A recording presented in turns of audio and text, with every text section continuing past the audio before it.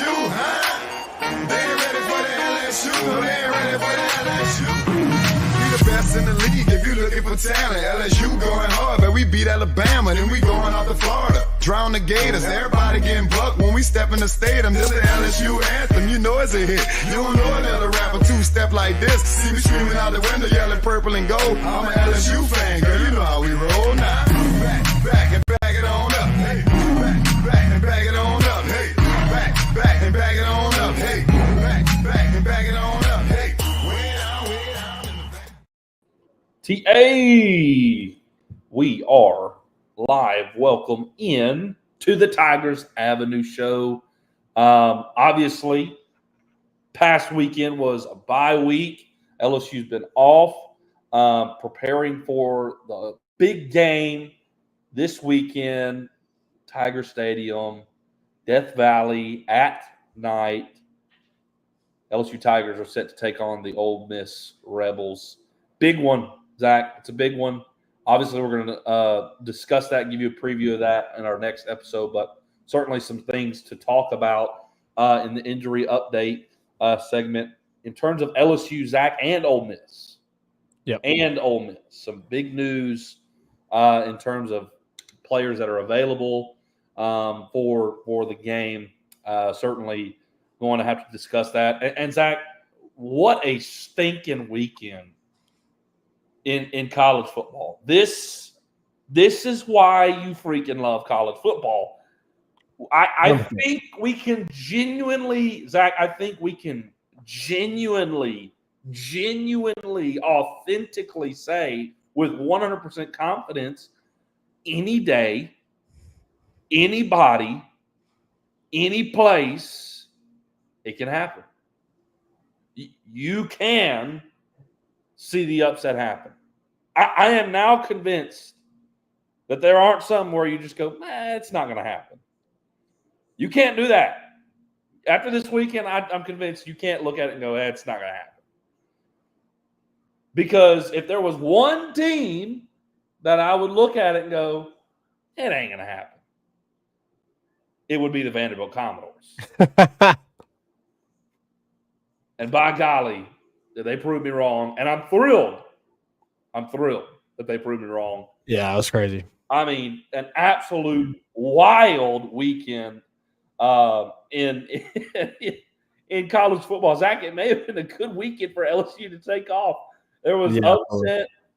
There was upset in the air. There's no doubt about it. And Zach, it was a good week, I think, to be off. It really was. So we'll look at all the important games from this past weekend. We'll look at the upsets. And obviously, those upsets certainly can have an impact on what the playoff picture will look like. And we'll give you kind of what a playoff picture would look like right now, currently. And Zach, I think we certainly need to kind of give where we think things will fall in place and kind of our own personal playoff pictures and kind of discuss that as well. So we'll give you those thoughts on top of that as well, Zach. But I do have to say, we talked about what are we going to do in the bye week. We mentioned Frank the Tank and the New York Mets. And Zach, I know you said you don't watch it that much, but it's October baseball. The Mets, I mean, on the brink of death in a 3-game series with the Brewers down 2-0 in the 9th inning, series tied in Milwaukee. Pete Alonso hits a 3-run home run to snatch the Mets from the jaws of defeat and are now up on the Philadelphia Phillies 2-1 in the National League Division Series. Shout out Frank the Tank. October baseball is fun. When we get off this show, I'm going to be watching the Dodgers and the Padres. The last game got heated. This game could be pretty wild as well. So, anyways, that was a brief little thing. I wanted to throw it out there. That happened. As crazy as this past weekend was, there was some crazy things going on in other sports as well. So shout out to Frank the Tank. Shout out to Pete Alonso. And I mean, what an amazing moment. And I mean, sports, that's why I love sports so much. Sports produces these kind of moments that you just can't even believe all the time. And speaking of things you cannot believe, this weekend in college football, as we've already mentioned, it felt unbelievable. It felt unbelievable. I feel like we should have had one other upset. Oh, for sure. It should have been one other upset. Doesn't really matter. I mean, for LSU's sake, it doesn't really matter that much. But I feel like there should have been another top 10 upset. Yes. I mean, could you imagine 5? I mean, we had 4 top 10 upsets, 5 top 10 upsets in one weekend. I mean, it was just amazing. Obviously, the biggest one of all of them is Vanderbilt. I just can't get over that. Of all people, Vanderbilt hangs 40 on Alabama Crimson Tide. The week after they beat Georgia. I mean, what? Yeah, everybody after beating Georgia, everybody was like, "Okay, Bama's legit." They like literally. They're the team to beat. Jalen Milroe's the Heisman winner. Jalen Milroe's going to win the Heisman. They didn't miss a beat without Nick Saban, buddy. And 1 week later, it all came crashing down, burning in a heap of fire. I think Vanderbilt's like a 23-point underdog, 22.5-point underdog.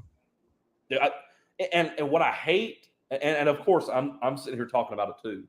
I'm doing the same thing. So I'm talking to myself as well. But what I hate is the focus is on, Alabama lost. Vanderbilt played a heck of a game. Oh, yeah, for sure. Vanderbilt outcoached them, outplayed them, and outwilled them, was more pumped up. Got Vanderbilt on the schedule. Yeah, it's not. The schedule looks worse now. You can't take any weekend off. You got to go to Fayetteville next weekend after playing Ole Miss. Yeah. You cannot. This is the grind of the SEC. There is no weekends off. None. You can't check out. Now, thankfully, you do get to play Vanderbilt in Death Valley. That will certainly help. Mm-hmm. But they're a solid team, Zach, and they almost knocked off Missouri, right? Yeah. In Columbia, took them to overtime. And honestly, if they pull that off and they don't play a terrible game against Georgia State, they're undefeated. They're undefeated, man. Pretty crazy. Like, they're a good team. They're not a polished team, but they've got a decent team. They went in there and freaking knocked off the number 1 team in the nation. Hung 40 points on the Alabama Crimson Tide. Unbelievable. Yeah, you would think like in a game like that, if Vanderbilt, if you were to think that Vanderbilt would have beaten Alabama, you definitely would have thought it'd be low scoring. We could talk. I could talk about that game all day long. There's more though. Clark Lee might have some job opportunities at the end of the season. Yeah, maybe so. Florida may come calling. But oh gosh, that's not the only one. Obviously, the Hogs in Fayetteville knock off the Tennessee Vols. Another huge win. Maybe Tennessee isn't what everybody thought they were. Maybe the Hogs are. See, this is what's so crazy, Zach. It's like the Hogs lose to Texas A&M with a backup quarterback in. Turn around and beat Tennessee. So it's like, are the Hogs good or are they not? Like what are they a solid team or like it's kind of hard to tell. And of course, they blew the game against Oklahoma State, and Oklahoma State is, more and more not looking like that great of a team. Well, here's the reality. Arkansas always loses to Texas A&M. It's true. They just really do. They've beat them one time since Texas A&M entered the SEC. One time. It's true. It's true. Maybe they're like 12-1 against them, or 1-12 against them. Sorry, Texas A&M is 12-1 against Arkansas, and Arkansas is 1-12 against them. Yeah, Maybe they're just jinxed by A&M. But it's like, what do we say about Arkansas, right? I tell you this, though. You got to go to Fayetteville. So you better come ready to play. Their defense is really stinking good. Yeah. Their defense is good. The offense is tough. questionable. The offense is questionable. And we don't know. I mean, I haven't heard an update on Taylon Green. But look, Zach, I don't give a rip who you are. I do not give a rip who you are or what your offense can do. I'm never in favor of allowing a team to score the way that Tennessee. Yeah. Never. You got a backup quarterback in the game for Arkansas. And Tennessee's defense has not been horrible. They've been a pretty solid group. And you don't know what can happen on an attempted field goal. I mean, you really don't. Right. Let them bow their neck and get a stop. Like, yeah, that was kind of wild to me that they let him score. Trust your team. No. What are you doing? Which I kind of understand it with, like, he was worried about the clock running out, and everything. But, to just let him score and not, because a lot can happen. Bobbled, bad snap, bobbled hold, kicker just shanks it. I mean, a lot, blocked. I mean, a lot can happen with a field goal attempt, but you just let them score, then you're putting yourself behind the 8 ball, and you have to go put together a very long drive with very little time. And you have to go trust your inexperienced quarterback. Yeah, a very young, inexperienced quarterback. Young and a good, high ceiling, talented quarterback, but inexperienced in that situation, hostile environment on the road. Absolutely. And you saw what he did. Yeah, you saw what he did when push came to shove, when he absolutely needed it. I mean, final play of the game, he ran out of bounds. You got to give it an attempt to the end zone. Yeah, it's do or die. It's do or die. You got to get the ball in the end zone. Who cares if it's picked off? You got to give them your players a chance. Yeah, and he ran out of bounds. Like I just immaturity, just a young, inexperience, as you said, immature decision. That goes back to, for me, the call to let them score. I didn't understand that. You got a backup quarterback in. If you put your helmet on the ball and pop the ball loose, you got to win the game. Yeah. Right? Like, let your defense make a play. You don't give up. I'm never in favor of that. Think about it, to relate it to LSU fans, think about a couple of years ago when in the very first game against Florida State, right? You're getting the ball back to try and go drive the field and tie the game. What happens? Muffed punt. Yep. And everybody's thinking, game's over. Game's over. That's right. But what happened? You're at the goal line and you let your defense play it out. That's right. Helmet, hat to ball. Ball comes loose and you get a turnover and you're able to actually go. Now we all know the outcome, right? With the PAT, the principle was there though. The principle's there. Yeah, the principle's there. So if you're going to relate it to LSU fans, that's a perfect example of 2 years ago against Florida State when Florida State, LSU had the opportunity to just let the game kind of go away, or in Tennessee's game, to allow them to score, in an LSU situation, they didn't. They played defense, they got a turnover, and they gave their offense a shot to go down the field and score, and they did. Yep. I mean, so you got Arkansas and Tennessee. Obviously, that upset as well. And the two others that aren't, which we can talk about the third one that was very close, but the two others that don't affect LSU so much, I mean, directly. Now, indirectly, when it comes to like playoff picture and stuff like that, I think it certainly could have an implication. But number 10, Michigan gets knocked off by Washington in Washington. And USC, which USC loses to Minnesota. That doesn't necessarily resume-wise bode well for LSU. But the reality is, if LSU wins out, it doesn't matter. Yeah. It doesn't matter. If you go win your games, that becomes irrelevant, right? Because then you're looking at LSU being in the SEC championship, regardless of what happens in the SEC championship. LSU's in, right? If they win out. If LSU's 11-1, undefeated in their conference, and win or lose in the SEC championship, they're in the 12-team playoff. There's no question about that. So ultimately, people have kind of looked at that and been like, USC's lost 2 games now. That kind of stinks. I mean, honestly, and I know people will be like, this is kind of it's a homer take, whatever. Honestly, if we replayed the USC game again, I think we would beat USC. Genuinely, I think we're a more polished team in terms of what we saw against USC. And we can make as many excuses as we want, and I get that. It's an excuse. But first game, new defense, new defensive coordinator, trying to figure out his personnel. I mean, it is what it is. You got a new quarterback on the field.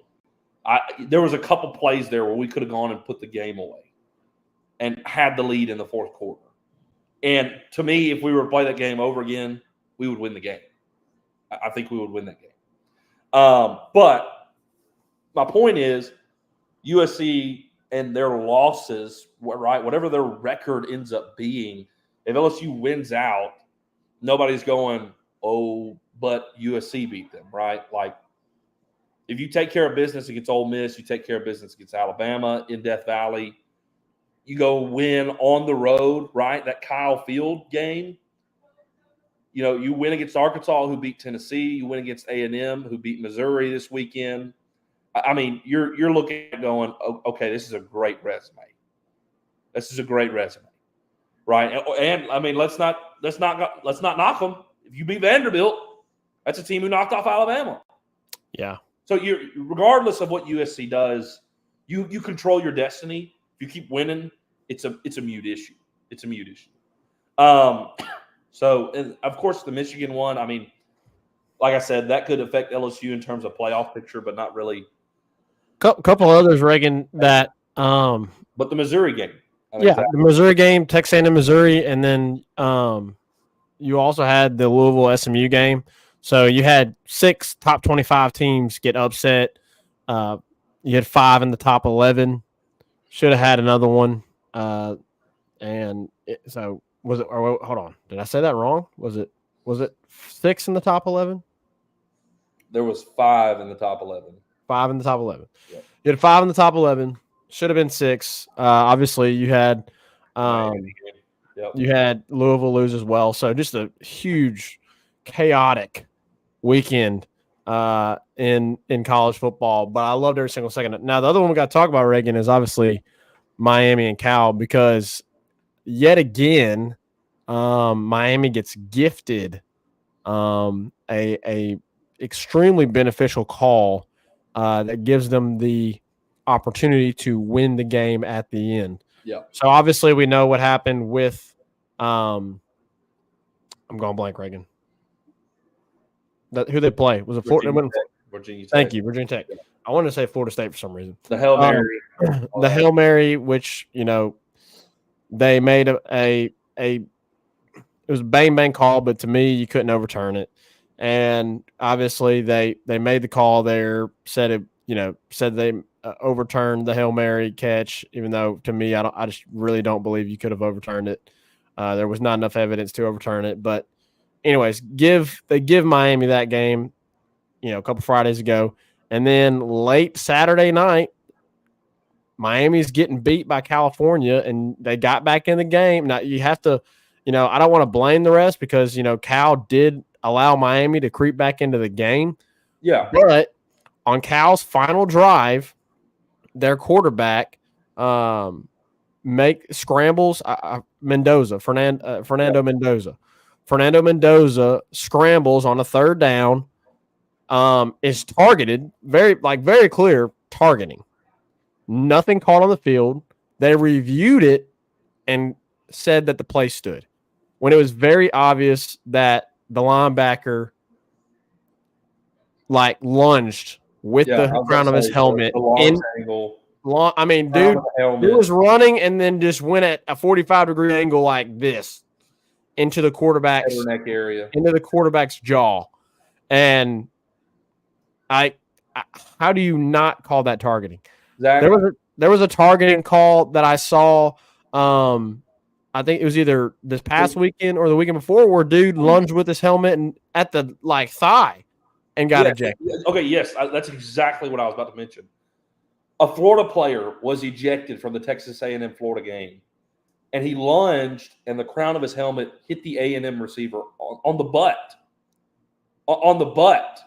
Yeah. Was reviewed and confirmed targeting. So we gotta straighten out the targeting call. It's still an issue to me. But it's still an issue. But the hit on Fernando Mendoza that the Miami linebacker made was targeting. Like that is targeting. Like the hit against, with Florida and A&M, I wouldn't even call that targeting. Like it's dude. It's just not targeting. I'm sorry. Why would you call that over the hit that the Miami linebacker made on Cal? So there definitely 100% should have been another top 10 update. The ACC refs get to keep their undefeated ACC team, and made that horrible call, made that horrible decision. And yes, Miami still has to stop Cal still has to stop Miami from driving the field and scoring a touchdown there at the end. I understand all that. But if you make the right call there, Cal's going to, move forward. They're going to run out the clock. If Miami gets the ball back, it's a whole lot less of time. Like we're talking seconds. We're talking seconds, not a minute plus. So, it really changed the dynamic of the game. And I just felt like if they make the right call there, the game is going to go, the game's going to end with Cal winning. So, yeah. Just really unfortunate, that call wasn't made. Would have made the weekend even just a little bit sweeter. It would have been the cherry on top, right, of the wonderful Sunday that was college football this past Saturday. So, anyways, regardless, that, like you said, doesn't really matter, because the winner of the ACC is going to go into the college football playoffs. So, if Miami goes on and they're undefeated and they win the ACC, it won't matter regardless. So, but really, really crazy weekend, Reagan. I mean, I was looking at the schedule, Reagan. I texted y'all. I straight up texted y'all. Not a very good weekend. Yeah, I want to see if I can go back real quick and find that text message where I messaged y'all on Saturday about the games. Let's see. While you do that, Zach, on the Missouri Texas A&M game, Zach, I will say this: our A&M was coming off of a neutral game. Oh, here it is. Sorry. Yeah, go ahead. At 12:22 p.m. At 12:22 p.m. on Saturday. Got a time mark it. Yeah, I got a time mark it. 12:22 p.m. on Saturday, I texted my brother and my dad in our little group message that we have to talk about the games and said, no good games today. Wrong. Boy, was I wrong. Oh, gosh. Boy, was I wrong. Holy cow. And then after that, you just see like an update on all the Vandy score, an update on the Tennessee score, updates on all these different games going on, updates on the USC score, updates on the Michigan score, updates on all this. I actually, one of my buddies, who coaches at the high school for Itawamba, goes to church with us. He was actually at the Arkansas Tennessee game, got to get on the field, got to touch the goalpost that was torn down. Wow. Got some grass from the field. Got to go brief, not all the way back into the locker room, but in the tunnel and take some pictures and whatnot. So yeah, they had a great weekend there. But Zach, back to what I was kind of saying with Texas A&M, Missouri. Zach, A&M, I think coming off of that neutral site win against Arkansas, I feel like that's always kind of for whatever the heck reason, I feel like it's some kind of it means something to them. Yeah, that name's always crazy. They get Connor Weigman back, and I think Missouri has always this season been a little bit of a fraud. And I mean, we saw that with the Vanderbilt game, which Vanderbilt, again, is a solid team. But clearly we saw with Missouri that they weren't what I think everybody was expecting them to be. And that was kind of exposed this weekend with how they played. I mean, it was just horrible, Zach. It was terrible. But it's just another game. You go, okay, you got to go to Kyle Field. I mean, they hung 41 on Missouri. And yeah, it was impressive. One of the big issues that LSU has had, now I will say the last few weeks they've kind of refrained from these big runs happening, but Le'Veon Moss, I mean, had several huge runs against Missouri on Saturday. They were down 24-0. They come out, and the very first play of the second half, he goes 75 yards to the house to make it 31-0. And I mean, all hope was lost at that point. I mean, you're going, okay, it's 24-0, new half. If you're a Missouri fan, you're going, let's hit the reset button. Let's get a stop here. Let's go score, blah, blah, blah. First play, it's like, no, this game's over. All right, this game's over. Yeah. So I think Missouri, again, A&M, solid opponent. But at the same time, maybe Missouri's a fraud. That's why I'm saying – I'm not saying A&M's like going to be really, really, really stinking good the rest of the year. And I'm also not saying that Missouri is just horrible. What I'm saying is every stinking weekend in the SEC matters. Every stinking weekend. And LSU's got 7 straight weeks of SEC games. And you got to go – you got this weekend. You got to go to Arkansas, to A&M back-to-back. You get a bye week. Bama on the road, Florida, Vanderbilt, Oklahoma. Like, it's a grind, man. Yeah, it's going to be brutal. A lot ahead.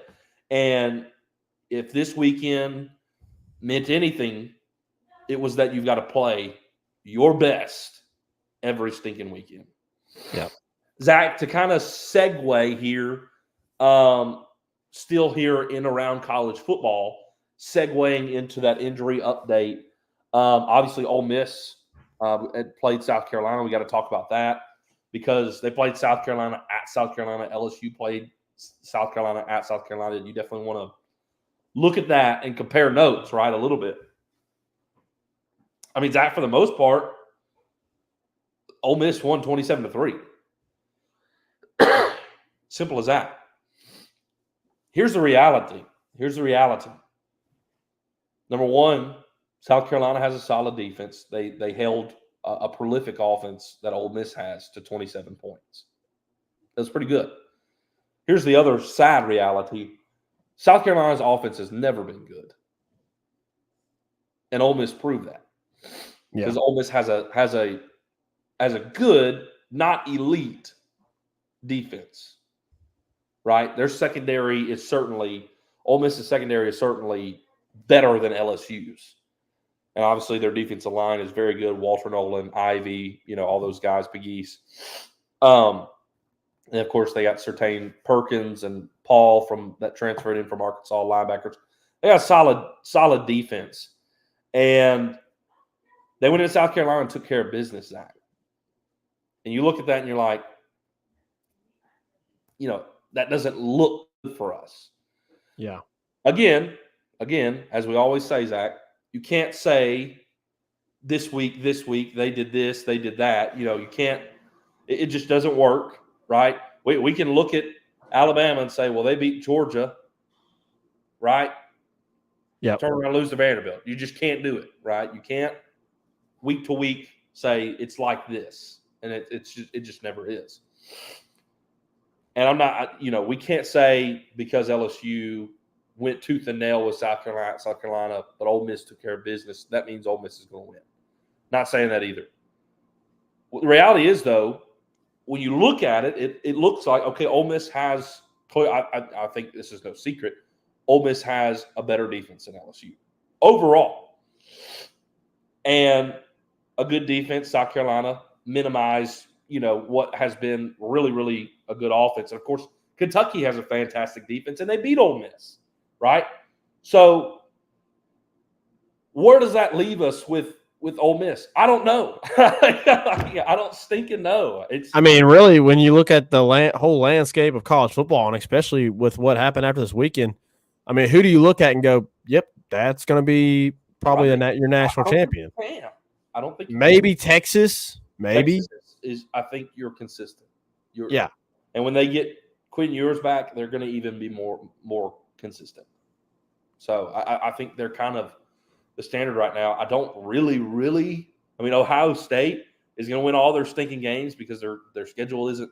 They don't play anybody. Well, actually, I take that back. They're playing Oregon this weekend. That will be telling. Yeah. Did they play Penn State? They will play Penn State too. Okay, so you got a couple games in there. Yeah, and Michigan, obviously. That's going to be. I think they'll beat Michigan. I think they'll beat Michigan. I think finally the game. 3 straight years of Michigan. I think we're going to see Ohio State take the dub in that one again. Kind of break that streak there for Michigan. But it's like, okay, Texas and Ohio State, right? Like that's kind of the only ones you're like, man, they got it right now. They really, really got it. Outside of that, it's like, well, Bama lost to Vandy. Georgia lost to Bama, who just lost to Vandy, right? Like it's Tennessee lost. Miami's played several sketchy games, like against not good opponents, right? Oregon's undefeated, but they've had a couple scares. We'll see this weekend, Oregon, Ohio State. It's gonna be really, like I said, it's gonna be a really telling game. But like you said, I feel like with 12 spots, I guess essentially 11 spots, you're giving the one to the group of 5, but with 11 spots, it's like, man, there's a lot. There's a lot that can happen in this kind of scope and field of college football. With Ole Miss, though, Zach, kind of to transition here. Zach, what does favor LSU is Ole Miss has not had a bye week. They've gone 7 straight games. It's favorable. They had a very taxing physical game against Kentucky that they lost. They turn around, go on the road to South Carolina against a defense who plays very physical. Mm-hmm. And they racked up a couple injuries. And one of them could be very costly, extremely costly. Yeah. Zach, the leading receiver in the nation, not just in the SEC, he is the leading SEC receiver, but in the nation, Trey Harris, is very, right now, questionable for the game. And I would say as of right now, doubtful. Today, yeah, doubtful. I mean, and that's not me saying that. Kiffin said that. Yeah. And he said they were planning to be without him. Yeah. Zach, I want fans to understand this. Now, I would love to beat Ole Miss at their absolute best. Yeah. Right? If Trey Harris doesn't play this weekend, every stinking Ole Miss fan, if LSU wins, every single one. If we had Trey Harris, we would have won. Like every fan base does. Yeah. And that's fine. You can't as any reasonable person should understand, right? A team should be better than its parts. It's the sum of the parts that makes the team, right? Yeah. You can't say, well, we lost one player, so we're falling apart, right? Like you got Jackson Dart and Henry Parrish and Jordan Watkins, who was very dynamic last year. Juice Wells, and like pre-scoring at tight end, who was a preseason All-SEC first-team pick at the tight end position, which Mason Taylor will ultimately win. But you know what I mean? There's plenty of weapons there, and your defense is very solid. So they can't make that argument. Ultimately, though, the reality is this changes. It changes Ole Miss's offense drastically. He went out of the game. It didn't look like a good injury, Zach. It didn't look good. Yeah. It looked like he could be out a while. And if you look at the score, he goes out in the first half. Ole Miss scored 24 of their points in the first half. With him in the ballgame. They only scored 3 points in the second half without him in the ballgame. Yeah. And I did not realize how drastically the margin is between their 1 and 2 receivers, right? Yeah. Like you look at LSU, and I'm just using LSU. I'm not trying to say we're better than them. I'm just saying this is the example I know.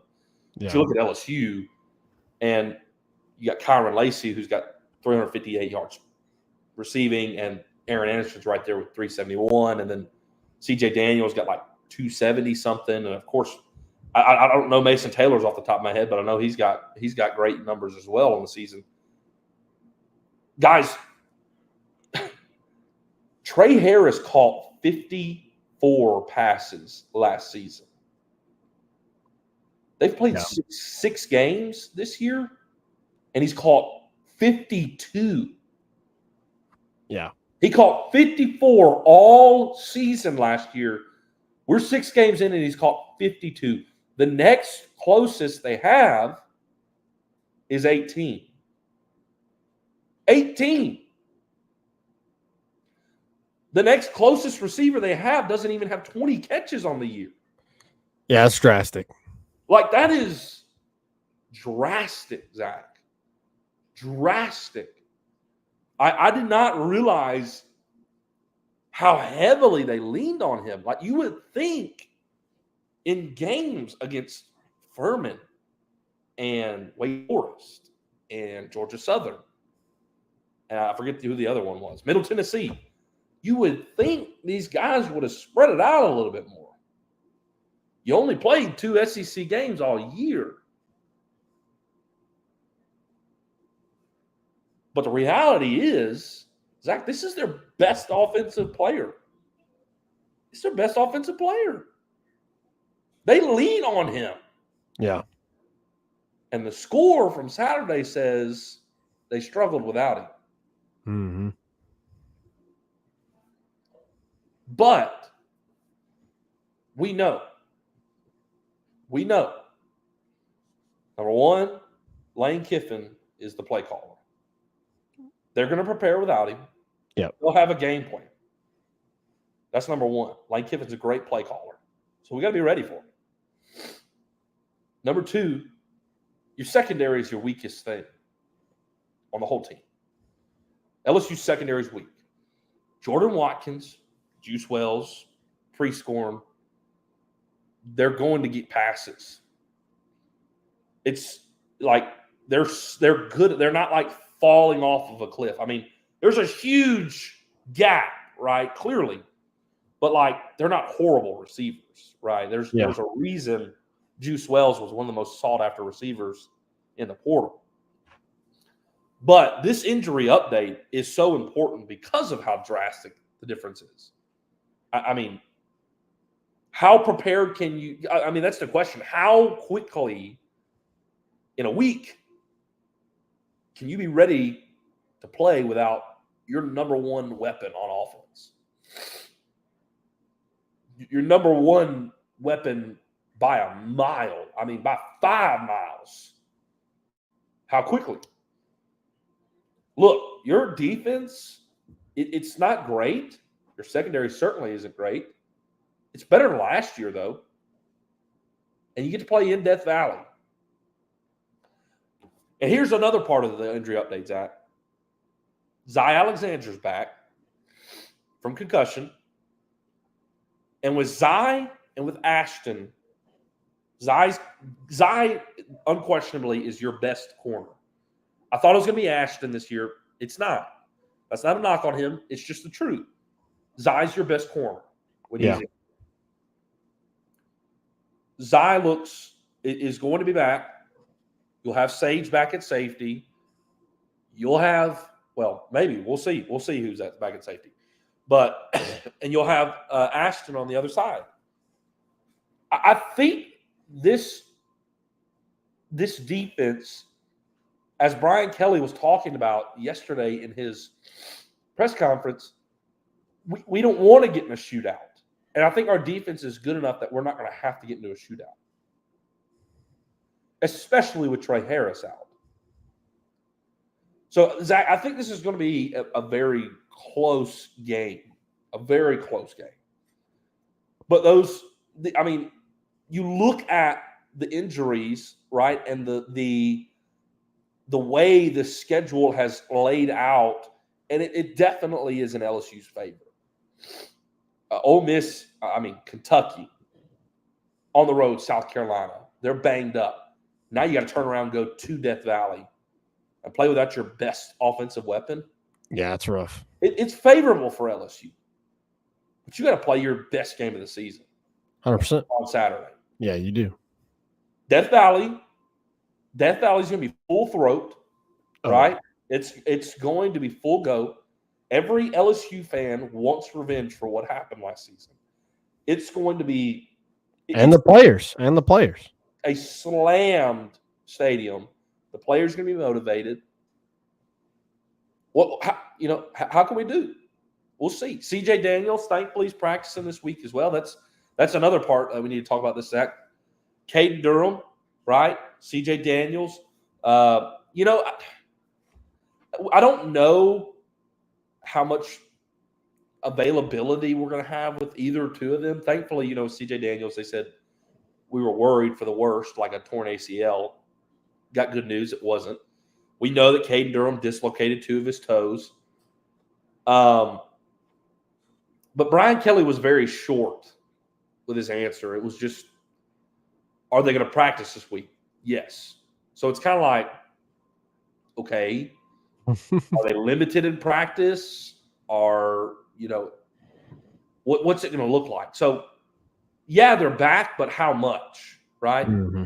Yeah. So it's not perfect, but it certainly helps that you had South Alabama where you could sit Caden Durham the rest of that game and sit CJ Daniels the rest of that game. You had the bye week, so you had 2 weeks for them to get healthy and play for this game. Yeah. How available are they? I don't know, but I think Caden Durham's availability is huge for this game, Zach. He is the one who has gotten your run game going.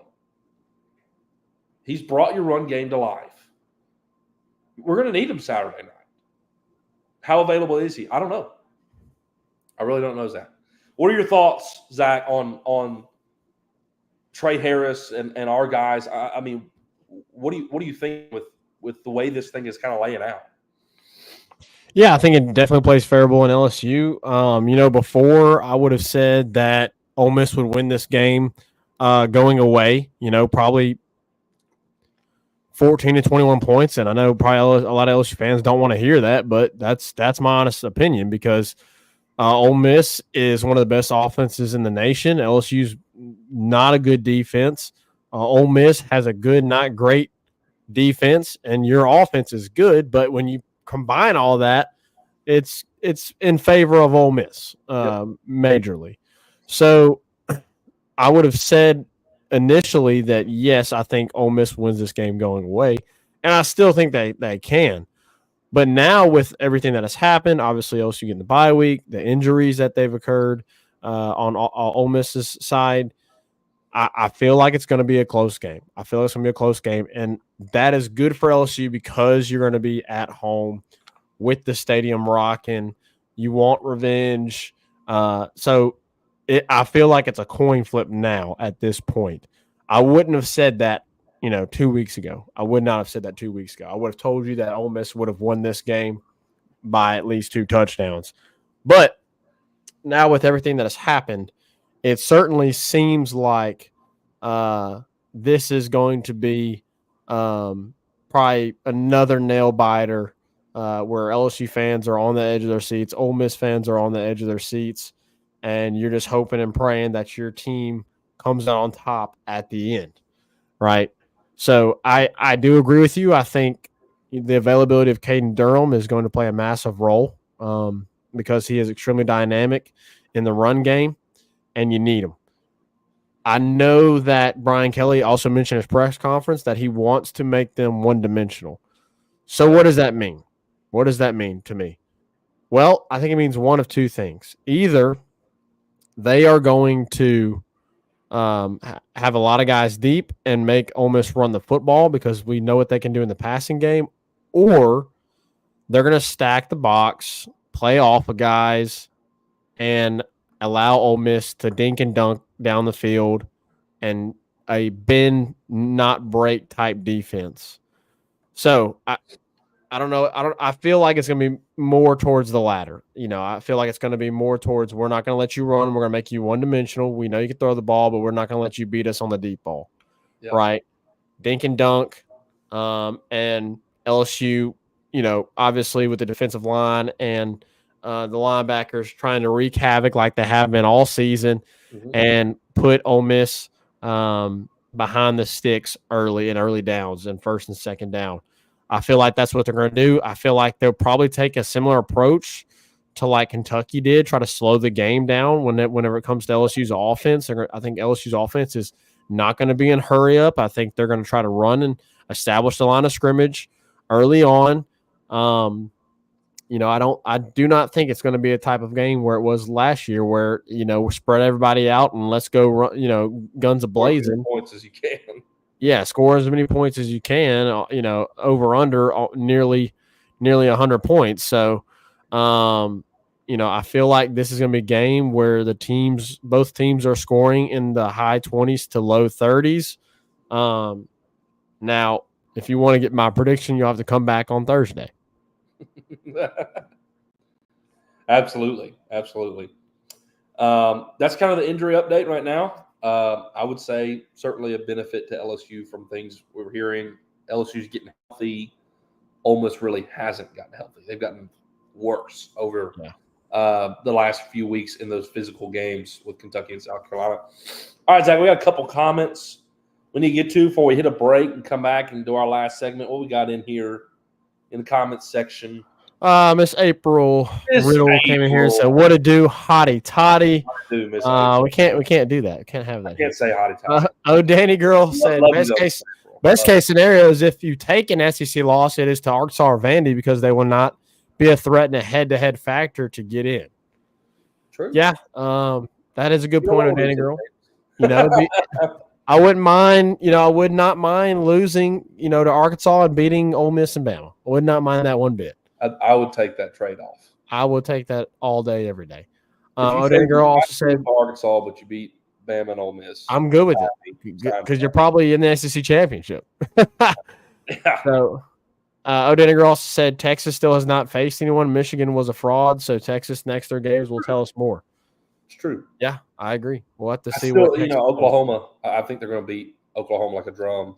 So yeah, I think they'll beat Oklahoma, but Texas, they're definitely their most difficult part of the schedule is going to be in this last half of the season. So we'll see how they do. Let's go ahead and let's take a quick break, Reagan. When we get back, we'll discuss the playoff picture briefly. How can LSU make it into the playoff? Obviously, they've already suffered 1 loss in the first game of the season against USC. But when we get back, we will discuss that right after this. 5-Star Hero, your intro and outro music for the Tigers Avenue show. They ain't ready for that LSU. Go check out all his other music on all the major platforms. Don't forget to follow him on Instagram at Saints Anthem and at Twitter at OneNationDoty. Don't forget to check out his Facebook page for all his Saints and LSU merchandise. Can't get any better than Sarah Klein Stevens, attorney at law. Her firm focuses on the needs of the elderly and maintaining their dignity throughout the process. Here for you, here for your family. Sarah Klein Stevens, attorney at law.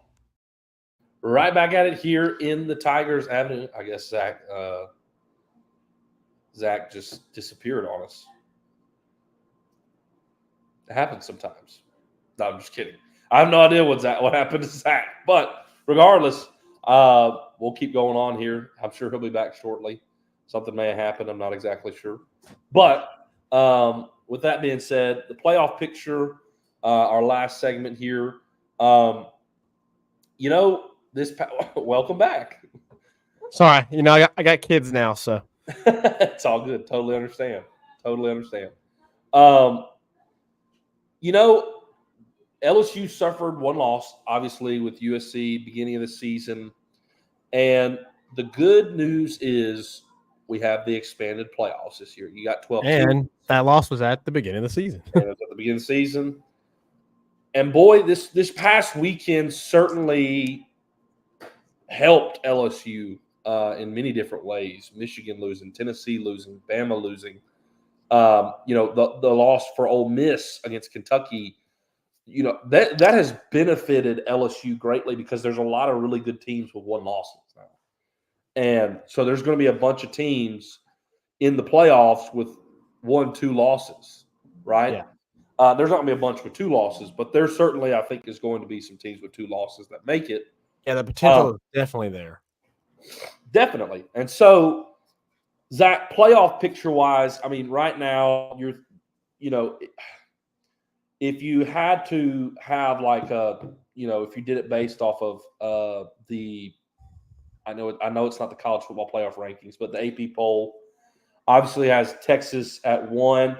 That would excuse me. Sorry. But they would be the number 1 overall seed, being the SEC champions. Obviously, you have an automatic bid. You would assume at 2, Ohio State being the Big Ten champion. Then you would have, Zach, at 3, Miami as the ACC champion, and then Iowa State at 4 as the Big 12 champion. And then at 5, you would have Oregon. 6, you would have Penn State. 7, UGA. 8 would be Bama. 9 would be Tennessee. 10 would be Ole Miss. 11 would be Clemson. And then I would probably think that Boise State would get that 12 automatic bid spot in there. And that would kind of be the way things look currently as they stand. Obviously, with so much left to go in the season, that certainly isn't how things definitely going to change. It's definitely there's going to be shakeup and whatnot. Mm-hmm. Zach, ultimately, I think Texas is the SEC champion. I think Ohio State is the Big Ten champion. But Zach, from what I have seen here in recent weeks, as the season has progressed, crazy as it sounds after the way the season started, I think Clemson is going to win the ACC. I think Clemson is going to win out, and I think they're going to knock off Miami. I think Clemson gets the automatic bid. I can see it. They've played really well since that first game. Right. I think Kansas State is going to be the Big 12 champion over Iowa State. And then the rest from there, it's like, Lord knows what. I mean, Bama, I think, will be in that mix. Here's the thing. When it comes to Tennessee as an LSU fan, you now go, okay, you want Tennessee to lose to Bama. You want Tennessee to lose to Georgia. That gives them 3 losses. They're out. Yeah. When it comes to Ole Miss, you want to beat them. Obviously, and then you want them to lose to Georgia. 3 losses, they're out. Yeah. Right? If that happens and LSU, let's say LSU beats Ole Miss, loses to Bama, they're a 10-2 team with a 7-1 SEC record. I think LSU makes it in. Now, I think LSU makes it in probably at like the 10 or 11 seed at 7-1, 10-2 overall. But I do think they make it in. I think, again, it's a toss-up for me between Ohio State, Oregon. Either way, Ohio State, Oregon is going to be either the automatic bid or like the 5-6 seed, right? That's going to be the way it plays out for them just because of the schedules. I think Penn State is probably going to make it in too with probably 1 loss to Ohio State as well. Georgia, if you want that scenario to play out with like Tennessee and whatnot and Ole Miss, you want Georgia to win out. And as a one-loss, 11-1 team, Georgia's going to make it in, right? And probably if let's see, if Bama wins out, they're in the SEC championship, right, against Texas, most likely. If they lose to us, it would be Georgia. So the good news is if you it's kind of like, okay, if you lose to Ole Miss but then you beat Alabama, that's almost like that would kind of create some problems because it's like, okay, then now we got to start comparing resumes. LSU lost to USC, Bama lost to Vandy. That's an SEC loss. How do you weigh that? Right? Head to head, you beat Alabama wins. We beat Alabama, so I think that would put us in. Does Ole Miss get in, though, because they beat us, though? And their only loss maybe was to Georgia and Kentucky, right? Like, you kind of get into weighing resumes at that point. It also depend upon, like, you know, does Iowa State sneak in if Kansas State wins this, right? So Yeah. you want the Big 12 to only have their automatic bid. That's really ultimately what you want. Now, I think the committee looks at the SEC and says, okay, a 7-1 SEC team is definitely getting in over a, you know, what is it? 7-1, 8-1 Big 12 team, right? Yeah. Especially without Texas and Oklahoma, right? That they're going to weigh that way more different now with Texas and Oklahoma not in the Big 12. Yeah.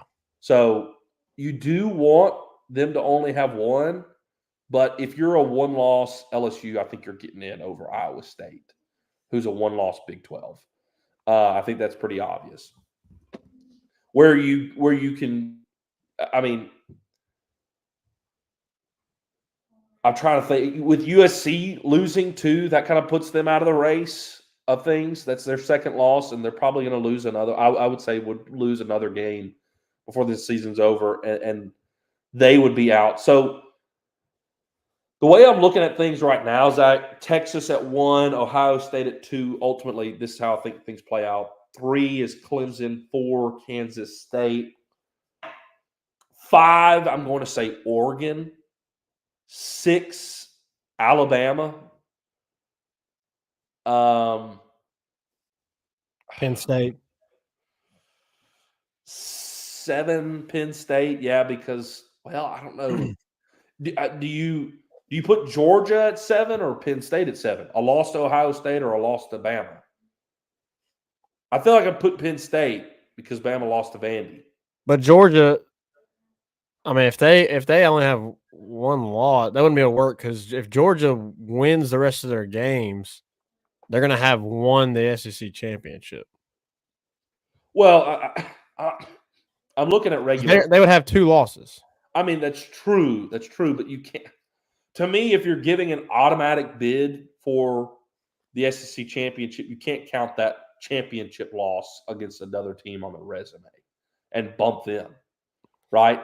And say Georgia's gonna meet Texas in the SEC championship. They have a loss to Bama, loss to Texas. Because the reality is, then you're going, well, so and so didn't play in their conference championship. They only got 1 loss. Yeah, but we're going to bump Georgia because they have a loss because they played in the SEC championship. Yeah. Right? Like you can't. I don't think you can do that. So but you're saying either are you saying Penn State would only have 1 loss and it'd be to Ohio State? Yeah. Okay, so then you're going to say a 1-loss Big 10 or a 2-loss SEC. Right. I would say Big 10 would go ahead.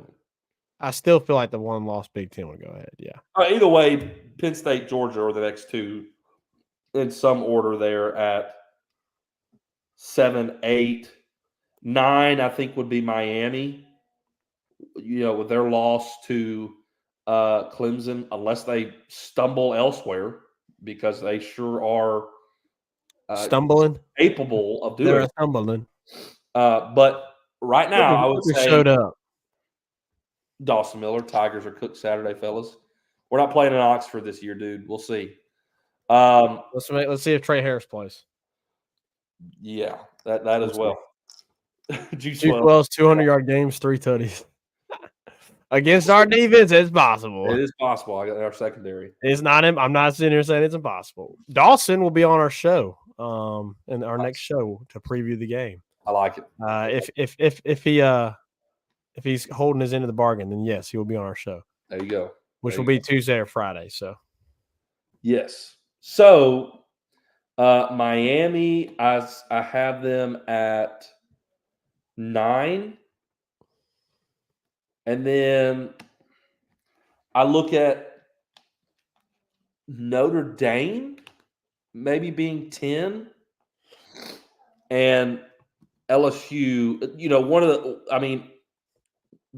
like LSU being 10, Notre Dame being 11, or LSU being 11, Notre Dame 10. I mean, either way, I think that's kind of what I'm looking at right now.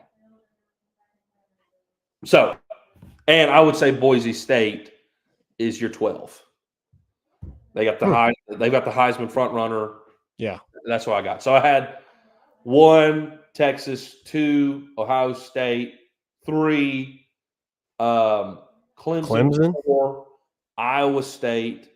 I had 5 Oregon. I had 6 Bama, 7 Penn State, 8 Georgia, 9 Miami, 10 Notre Dame, 11 LSU. LSU squeaking in at 10-2 with a loss to Bama. 7-1 SEC is getting in. Okay. You got LSU beating Ole Miss on Saturday then. I don't know. Either way, like let's say, I mean, look, LSU could easily lose to Ole Miss, lose to Bama, and you're out, right? Yeah. But I'm saying we're on an LSU podcast here, so how can LSU get in? Oh yeah. You have to win the Ole Miss or the Bama game. Yeah, I think you definitely have to win the Ole Miss game.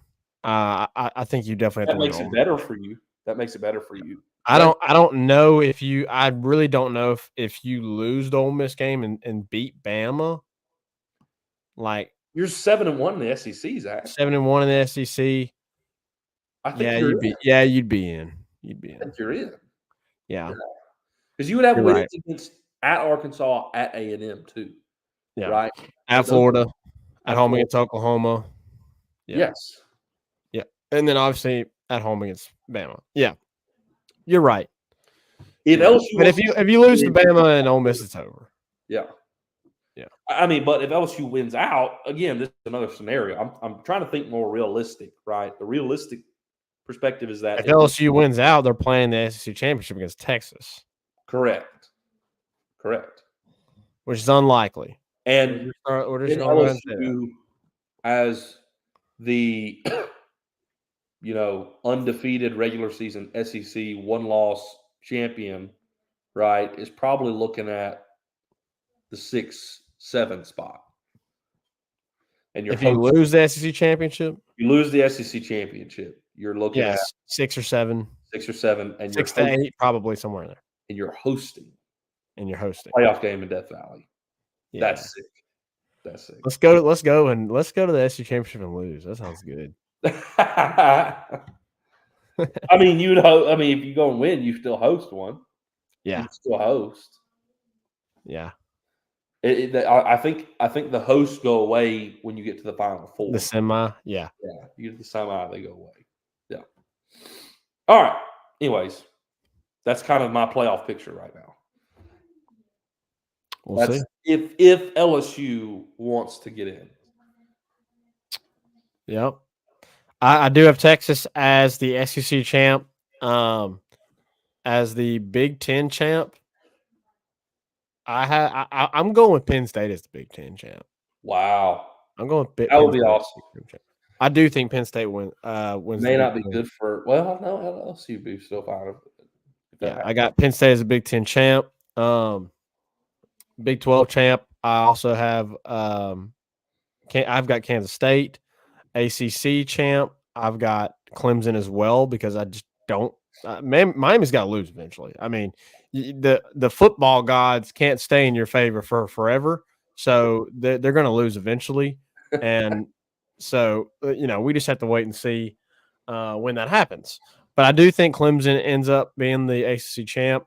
I do think obviously that if Bama wins out, then they're going to make it in as a even if they lose obviously to Texas.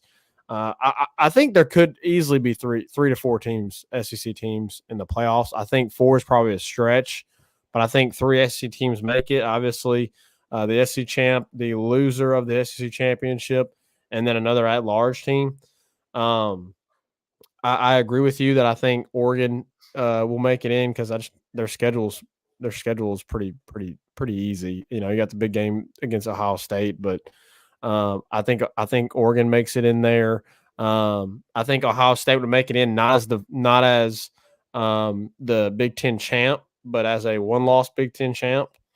I agree with you, Boise State. Although I would really love for it to be Memphis, honestly, but I don't think that's happening.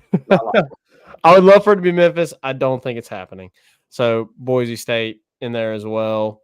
I don't know. There's a bunch of at this point I'm just like I don't know because the way college football is going right now, like you just don't really know who's good and who's not. I feel like we're gonna have a lot better.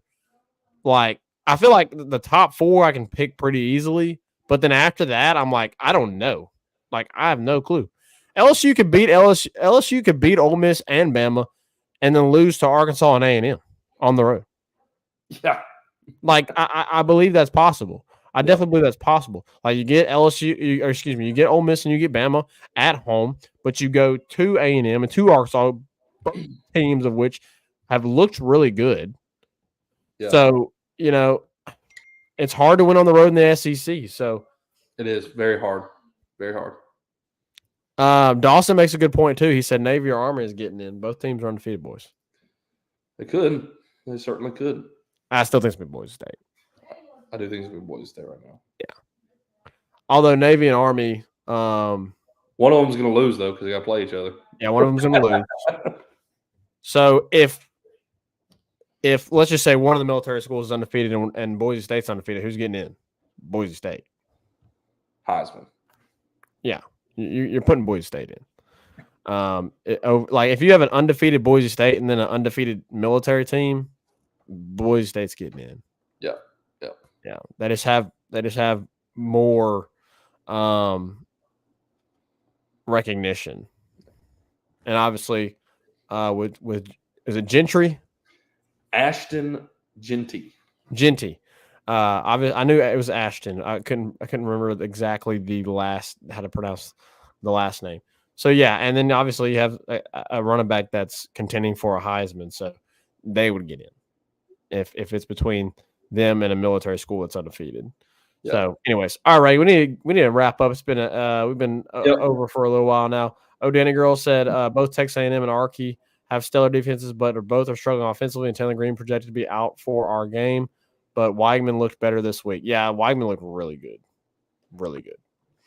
So we'll have to see. It's going to be, as Reagan said at the beginning of the show, it's going to be a grind every single week.